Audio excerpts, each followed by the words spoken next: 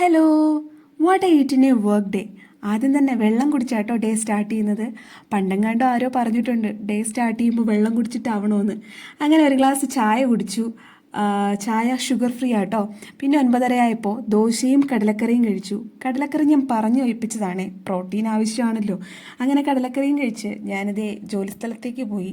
അവിടെ ചെന്ന് കഴിഞ്ഞാൽ 11 മണിക്കും 12 മണിക്കൊന്നും ഞാൻ ഒന്നും കഴിക്കാറില്ല. പക്ഷെ വീട്ടിലാണെങ്കിൽ അതിനു മുന്നേ എന്തെങ്കിലുമൊക്കെ കഴിക്കുമായിരുന്നു.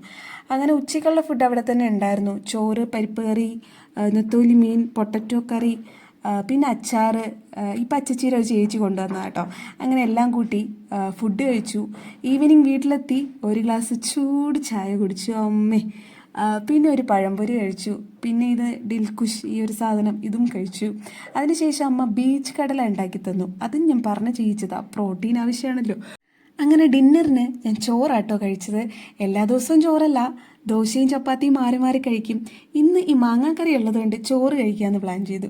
അങ്ങനെ ചോറ്, മാങ്ങാക്കറി, പൊരിച്ച മീൻ, കറിവെച്ച മീൻ, പിന്നെ തോരൻ, അച്ചാർ എല്ലാം കൂടെ കൂട്ടി കഴിച്ചു. മാക്സിമം വർക്കിംഗ് ഡേയ്സിൽ ഇങ്ങനെ തന്നെ ആയിരിക്കും കേട്ടോ എൻ്റെ ഫുഡ്. പിന്നെ രാത്രി ഒരു ഓറഞ്ചും കഴിച്ചു, പിന്നെ ഒരു മാങ്ങയും. Tata, bye bye.